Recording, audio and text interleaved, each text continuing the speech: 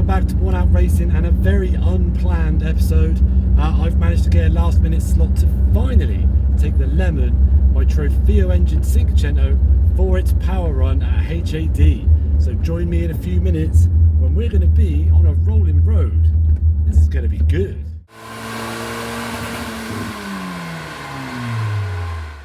Now, before we dive into this first power run, it's worth me just stopping here right now and saying a massive thank you to Chris. Always does me a great job, always really friendly, super chilled out guy, full of loads of information for you and stuff, never feels rushed. I always feel like I'm getting a really good treatment for the amount of money he charges. So if you need any sort of factory mapping done, you can do that. If you need custom mapping, power runs, anything along those lines, don't forget to look him up. I will put his details in the comments, but it's definitely worth a run. Now, this next clip will be from run 1. We've done absolutely no changes. We've not changed that, looked at or done anything. I've driven it in straight onto the dyno and we've power ran it. So we're going to run that now and we'll give you some powers and stuff afterwards, and then we'll make some different changes for the future runs. So let's jump straight in it.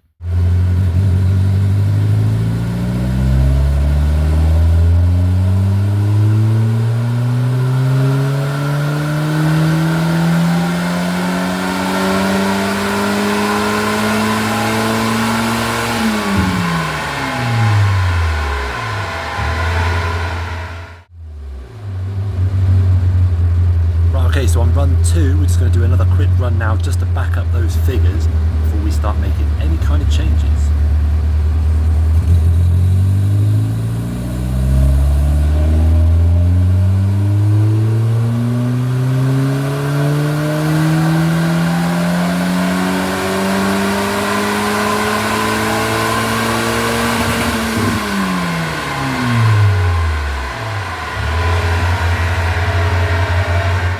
Right, that's 3 runs. The first one we made 60 horsepower, but we reckon it might have heat soaked a little bit for the second one. So it made 58 horsepower. So we took the air filter off and it went back up to 59.5. So the air filter was definitely a bit restrictive. So I'm probably going to sort that out. Chris has gave me a few pointers about what he thinks is actually restricting it a little bit. But we thought while we're here, we may as well chuck the Trofeo ECU on there, because why the hell not?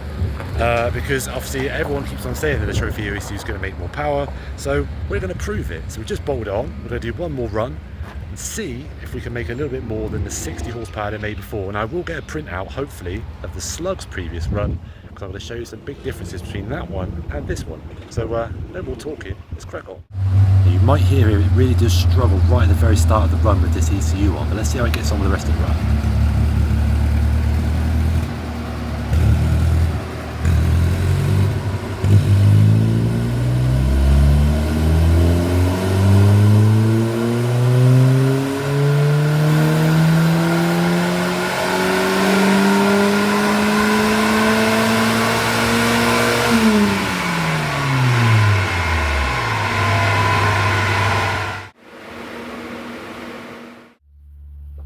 And we're back, and what did we learn? Well, we learned a lot of things on this very short video and a very short trip to HAD. The first thing we've learned is that the Lemon is running perfect. We did have a little bit of problem with the air fuel ratio being picked up by the sensor. He thinks the exhaust back box and a bit of the exhaust may be a little bit too big, so the fumes or the gases are just passing the sensor too quick. So I think the exhaust probably could do a little bit of work, probably a little bit of power to pick up with there as well. But the other thing we picked up on it as well is straight out of the box, without me doing anything on it, it made 60.18, 60.2 horsepower, which I know if you're watching this, maybe you don't know these engines that well, you think 60 horsepower is not much to shout about. But when you think factory, they are 40, or at least quoted 40, that's a 50% power increase. So I'll take that, and it's nice to know that it's running really good. Other things to note is it heat soaks pretty badly on the air filter side of things. Anybody who's been watching the channel knows I've got a carbon fibre air box up there, but I always felt the filter in it was a bit rubbish. So I took it off, especially when we had all that flooding a little while ago, and I just fitted that temporary one. Chris thinks that it's getting a lot of hot air sitting in it, which I kind of knew, but I didn't know it'd be quite that bad. And B, it's got a little bit of restriction in it anyway, so I think I can improve on it a little bit. Basically, one of the pipes sits sort of inside the air filter, so as the air's hitting it, it's kind of getting trapped around that rather than going straight in. So he said I could probably pick up a little bit. So it did actually drop nearly a horsepower, more than 1 and a bit horsepower on the second run.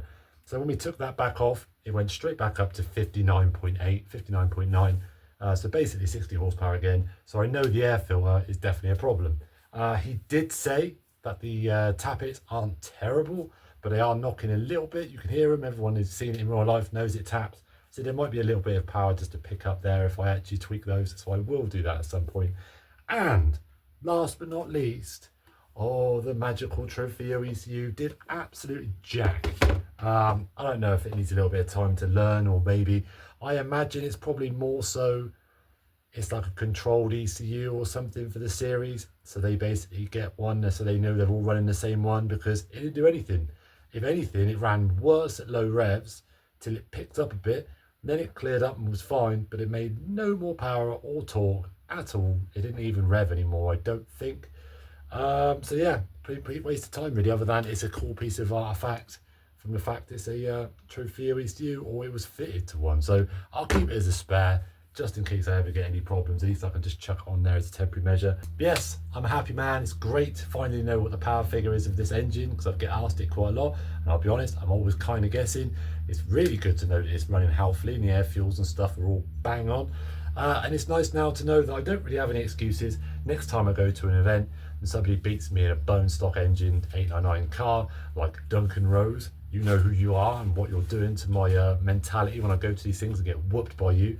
But obviously some of that's down to driver, and some of it's down to chassis setup and stuff. So either way, plenty to work on with that. But now it's all done, we can slide the lemon to one side for now, because it doesn't need anything else imminently at least.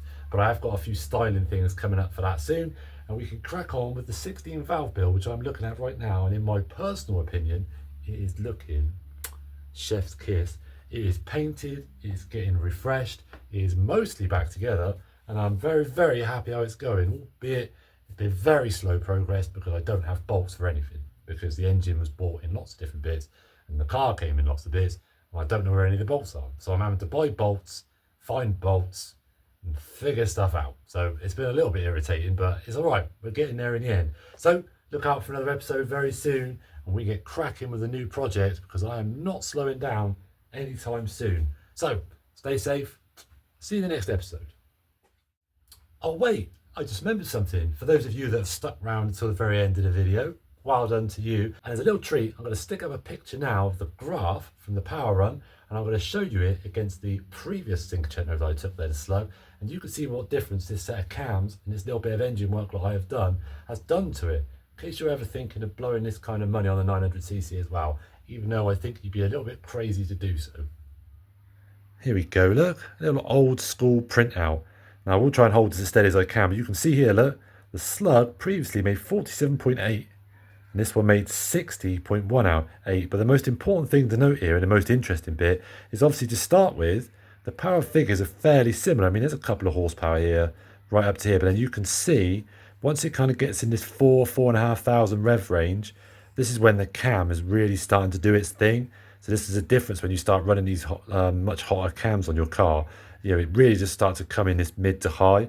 And then you can see from about, I've got it on the other sheet, so it does tell you more detail, from about 5,000, 5,500, it's making nearly 15 horsepower more here.